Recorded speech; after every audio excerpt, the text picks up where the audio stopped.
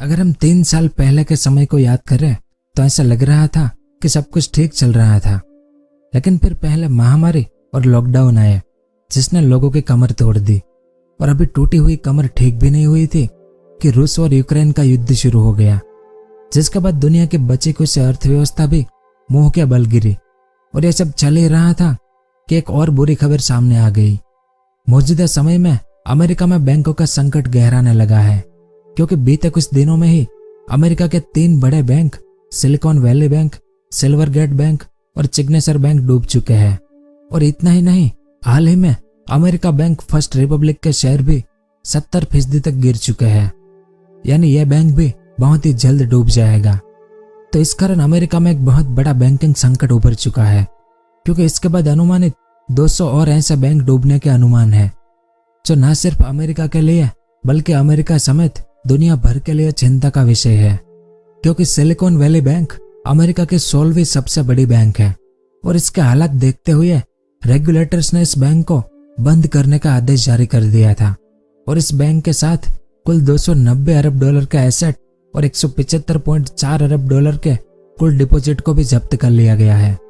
और silicon valley bank और signature bank के डूबने से दुनिया भर के लोगों को 2008 में हुए बड़े बैंकिंग फेलियर की याद ताजा हो गई है, क्योंकि साल 2008 में भी अमेरिका के लेहमन ब्रदर्स बैंक के डूबने के कारण अमेरिका को अपने इतिहास का सबसे बड़ा बैंकिंग क्राइसिस झेलना पड़ा था।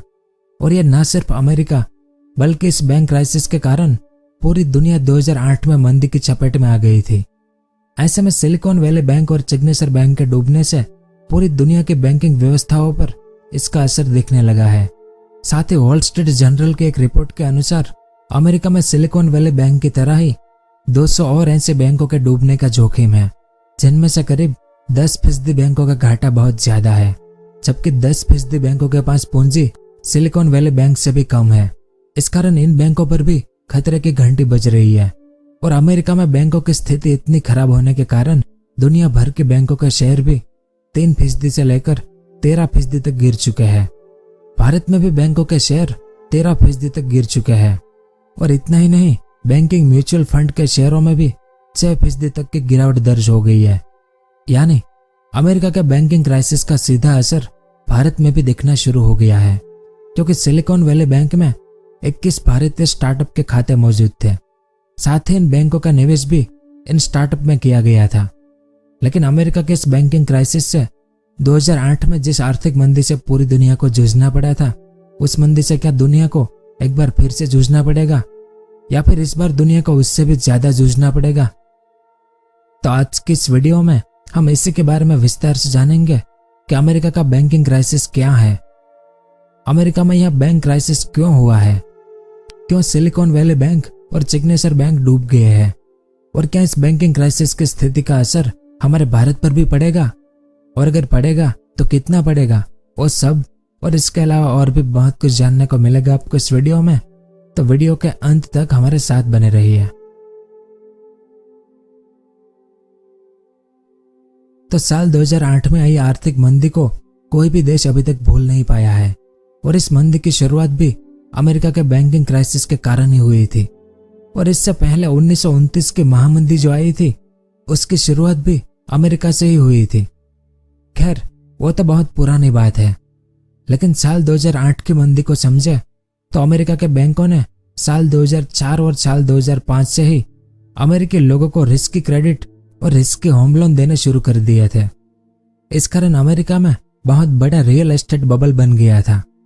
लेकिन अमेरिकी लोगों के द्वारा लोन को वापस न भरने के कारण और डिफॉल्टर लोगों की मात्रा अधिक होने के कारण यह रियल एस्टेट बबल फूट गया। इस कारण अमेरिका के बैंक धीरे धीरे दिवालिया होना शुरू हो गया, जिस दौरान अमेरिका का चौथा सबसे बड़ा बैंक लेहमन ब्रदर्स और छठवां सबसे बड़ा बैंक वॉशिंगटन म्यूचुअल दोनों दिवालिया हो गए। जिसके बाद धीरे धीरे अमेरिका के बाकी बैंकों में भी डिफॉल्टरों की संख्या ज्यादा होने के कारण बाकी बैंक भी दिवालिया होना शुरू हो गया। इसके बाद अमेरिका में बैंक के डिफॉल्ट होने की एक सीरीज शुरू हो गई, जिसने 1929 के बाद दुनिया की दूसरी सबसे बड़ी आर्थिक मंदी को जन्म दिया। अब अमेरिका दुनिया की सबसे बड़ी अर्थव्यवस्था है। इस कारण अमेरिका में आर्थिक मंदी आने से पूरी दुनिया में भी आर्थिक मंदी आ गई, जिस आर्थिक मंदी के कारण दुनिया भर की अर्थव्यवस्थाओं में गिरावट आने के साथ ही महंगाई भी बढ़ गई और बेरोजगारी आसमान छूने लगी। लेकिन हाल ही में अमेरिका में silicon valley bank, Silvergate bank और सिग्नेचर बैंक का डिफॉल्ट होने से भी दुनिया भर के देशों को 2008 जैसी मंदी आने का डर सता रहा है। तो अब सवाल यह है कि अमेरिका के बैंक अचानक बंद क्यों हो गए हैं। तो सबसे पहले जानते हैं कि सिलिकॉन वैली बैंक क्यों दिवालिया हो गई है। तो एक बैंक तब डिफॉल्ट होती है जब उस बैंक के बहुत से खाताधारक एक ही समय पर अपना सारा पैसा निकालने के लिए बैंक के अंदर घुस जाते हैं और इस डर के कारण बाकी बैंक भी कमजोर हो जाते हैं। अब सिलिकॉन वैली बैंक साल 1983 में स्थापित हुआ था, जो बैंक अमेरिका समेत दुनिया भर के देशों के स्टार्टअप को फंड करता है। सिलिकॉन वैली बैंक के बारे में कहा जाता है कि जिन स्टार्टअप को कोई भी बैंक हाथ नहीं लगाता है, सिलिकॉन वैली बैंक उन्हें भी कर्ज देता है। और 31 दिसंबर 2022 तक सिलिकॉन वैली बैंक की संपत्ति $212 बिलियन की थी, क्योंकि 2021 में शेयर बाजारों में एक तगड़ा बूम आया था और ब्याज दर लगभग 0 हो गई थी। उस समय टेक स्टार्टअप के पास बहुत सारा पैसा इकट्ठा हो गया था, जिसके बाद कई स्टार्टअप ने अपना पैसा सिलिकॉन वैली बैंक में जमा करा दिया था और कई बैंकों ने भी उन पैसों को लंबी अवधि के बॉन्ड में निवेश कर दिया। लेकिन पिछले साल जब ब्याज दरें बढ़ी तो ये बॉन्ड्स अपनी वैल्यू गंवाने लगे। साथ ही टेक स्टार्टअप ने अपने पैसे निकालने शुरू कर दिए क्योंकि उनका खर्च अब बढ़ गया था। इस कारण बैंक को अपने बॉन्ड्स को नुकसान में बेचना पड़ा ताकि निवेशकों के पैसे चुकाए जा सके।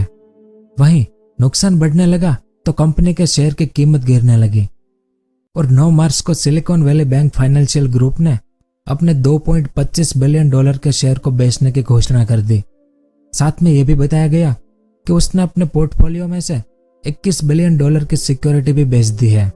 और इस घोषणा के बाद इस बैंक ने यह भी बताया कि इस पूरे इन्वेस्टमेंट सेल में उसे आफ्टर टैक्स के बाद $1.8 बिलियन का भारी नुकसान उठाना पड़ा है। और इसी खबर के बाहर आने के बाद सिलिकॉन वैली बैंक के सभी खाताधारकों ने अपने पैसे बैंक से निकालने शुरू कर दिए। इस बैंक के खाताधारक जल्द से जल्द अपना सारा पैसा निकालना चाहते थे। इस कारण यह बैंक बर्बाद हो गया और कुछ समय पहले तक सिलिकॉन वैली बैंक के शेयर जो लगभग $600 के आसपास थे, वो अब गिरकर $40 पर आ गए हैं। अब सिलिकॉन वैली बैंक का डिफॉल्ट होना तो एक शुरुआत थी, क्योंकि सिलिकॉन वैली बैंक के बाद सिग्नेचर बैंक भी डिफॉल्ट हो गया। सिग्नेचर बैंक 2001 में स्थापित हुआ था। यह bank real estate, legal industry और 2018 से क्रिप्टो एसेट में भी सक्रिय था, जिस कारण 2022 के अंत तक इस बैंक के पास $110.30 बिलियन के एसेट और $88.59 बिलियन के डिपॉजिट मौजूद थे। लेकिन क्रिप्टो एसेट के डिपॉजिट के बिजनेस में उतरना इस बैंक के लिए खतरनाक साबित हुआ। क्रिप्टो करेंसी में डील करने वाला एक अन्य बैंक सिल्वरगेट बैंक पिछले ही हफ्ते डूबा था और सिल्वरगेट बैंक के डूबने के बाद सिग्नेचर बैंक के जमाकर्ताओं में भी खलबली मच गई और अपने मामले को बिगड़ता देख सिलिकॉन वैली बैंक के डिफॉल्ट होने के 3 दिन बाद ही वित्तीय नियामकों ने फाइनेंशियल सिस्टम को सुरक्षित करने के लिए सिग्नेचर बैंक को भी बंद कर दिया, जिसके बाद इन दोनों बैंकों से सभी तरह से विड्रॉल पर भी रोक लगा दी। साथ ही अमेरिका के ट्रेजरी डिपार्टमेंट और फेडरल रिजर्व डिपार्टमेंट के खातेदारों को यह आश्वासन दिया गया कि उनके सभी पैसे सुरक्षित है। वहीं इन बैंकों के डिफॉल्ट होने का एक बड़ा कारण अमेरिकी फेडरल रिजर्व और बैंक ऑफ इंग्लैंड सहित दुनिया भर के केंद्रीय बैंकों की अपनी धीमी अर्थव्यवस्था को तेज करने और बढ़ती कीमतों को रोकने की कोशिश करने के लिए अपनी ब्याज दरें बढ़ाना सबसे बड़ा कारण माना जाता है। क्योंकि बढ़ती ब्याज दरों के कारण सिलिकॉन वैली बैंक जैसे और भी बैंक के खाताधारक और बाकी स्टार्टअप के लिए पैसा उधार लेना मुश्किल हो गया। इस कारण ये स्टार्टअप और खाताधारक अपना पैसा वापस ले रहे हैं। तो ये भी एक प्रमुख कारण है कि धीरे धीरे ये सभी बैंक डिफॉल्ट होने की श्रेणी में आ रहे हैं।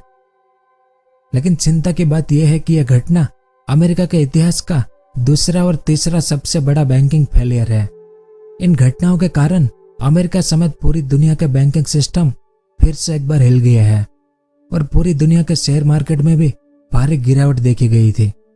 वहीं इन बैंकों को लेकर अमेरिकी राष्ट्रपति जो बाइडेन के भाषण के बाद पूरी दुनिया के शेयर मार्केट में वापस थोड़ी बहुत ग्रोथ दिखाई दे रही है।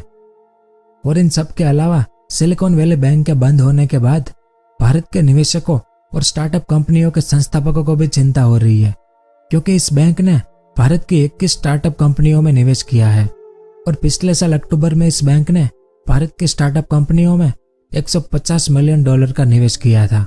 और इस बैंक के द्वारा निवेश की गई प्रमुख कंपनियों में पेटीएम मॉल, नापतोल, कारवाले जैसी प्रमुख स्टार्टअप कंपनी भी शामिल है। और अमेरिका के बैंकिंग संकट के कारण भारत पर भी कुछ हल्के प्रभाव पड़े हैं, लेकिन ये प्रभाव कुछ समय के लिए ही रहने वाले हैं, क्योंकि भारत की दृढ़ बैंकिंग व्यवस्था और रिजर्व बैंक ऑफ इंडिया के द्वारा विनियमित होने के कारण अमेरिका के बैंकों का दिवालिया होने का भारतीय बैंकों पर कोई गहरा प्रभाव नहीं पड़ेगा। भारत में क्रेडिट कार्ड कार्य तेजी से बढ़ने के बावजूद भी बैंकों का एनपीए यानी फंसा हुआ कर्ज भी नियंत्रण में है। इतना ही नहीं, भारत में इस दुनिया के बाकी देशों की तुलना में महंगाई भी नियंत्रण में है, क्योंकि आरबीआई की लचीली मौद्रिक नीति के कारण भारत को अभी तक कोई भी आर्थिक संकट से जूझना नहीं पड़ा है। बाकी आगे देखेंगे कि और क्या होता है। और इसके अलावा आरबीआई के बैंकिंग नियम भारतीय बैंकों को और स्टार्टअप को सुरक्षा प्रदान करते हैं। वहीं आरबीआई के नियमों के कारण भारतीय बैंकों का सिलिकॉन वैली बैंक से कोई भी प्रत्यक्ष या अप्रत्यक्ष नाता नहीं है। भारतीय बैंकिंग सिस्टम में घरेलू निवेश है। भारतीय बैंकों के पास पर्याप्त एसेट भी मौजूद है, जिसकी वजह से यहाँ के बैंकिंग सिस्टम पर सिलिकॉन वैली बैंक के दिवालिया होने का असर ना के बराबर होगा। वहीं सिलिकॉन वैली बैंक और अन्य अमेरिकी बैंकों के असफल होने के कारण भी 2008 जैसी मंदी आने की आशंका बहुत ही कम है, क्योंकि आज दुनिया की अर्थव्यवस्था 2008 की तुलना में बेहतर स्थिति में है। अमेरिकी फेडरल रिजर्व लगातार प्रयास कर रहा है कि जल्द से जल्द इस वित्तीय संकट को सुलझाया जाए, यानी आने वाले कुछ समय में अमेरिका को इस वित्तीय स्थिति से जल्द ही निजात मिल जाएगी, ऐसा अनुमान है। लेकिन भारतीय नीति निर्माताओं को भी अमेरिकी बैंकों की स्थिति भारतीय बैंकों में ना हो, इसलिए सतर्क रहना अनिवार्य होगा।